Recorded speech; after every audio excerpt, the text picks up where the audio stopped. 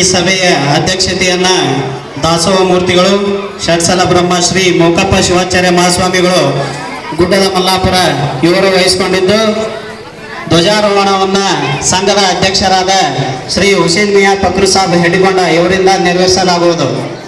ಹಾಗೂ ಈ ಸ್ವಾತಂತ್ರ್ಯೋತ್ಸವದ ಅಂಗವಾಗಿ ಪ್ಯಾರಾದೀಪ್ ಫಾಸ್ಫೇಟ್ MCF ಕಂಪನಿಯವರ ವತಿಯಿಂದ ದೇಶದಲ್ಲಿ ಸೇವೆಯನ್ನು ಸಲ್ಲಿಸಿ